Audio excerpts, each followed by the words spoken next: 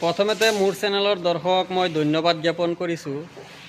আজি আমি যিটো টয়লেটৰ টেংকি বনাই আছোঁ, টেংকিটো লম্বাটো আছে 16 ফুট লম্বা আৰু বহলটো আছে 10 ফুট। আৰু যিটো খাৰাকে ৰডটো দিছোঁ সেইটো আছে 12 mm ৰড আৰু পথালি ৰড আছে আপোনাৰ 8 mm আছে, 10 mm আছে। আমাৰ লম্বা ৰডকেইটা 12 mm ৰড আমাৰ ড্ৰয়িংখনত আহিছে। ড্ৰয়িংখনৰ মতে আমি কাম কৰি আছোঁ। এইটো বহলটো আছে আপোনাৰ 10 ফুট।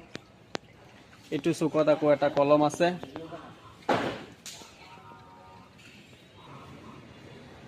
আকৌ এইটোৰ হাইটটো ঢালাইটো আমাৰ ওপৰৰ যিটো বিটিৰ লেভেলটো হ'ব, সেইটো লেভেলটোলৈকে হাইটটো হ'ব। হাইটটো কমেও 8 ফুটমান হাইট হ'ব। বহুত ডাঙৰ টেংকি।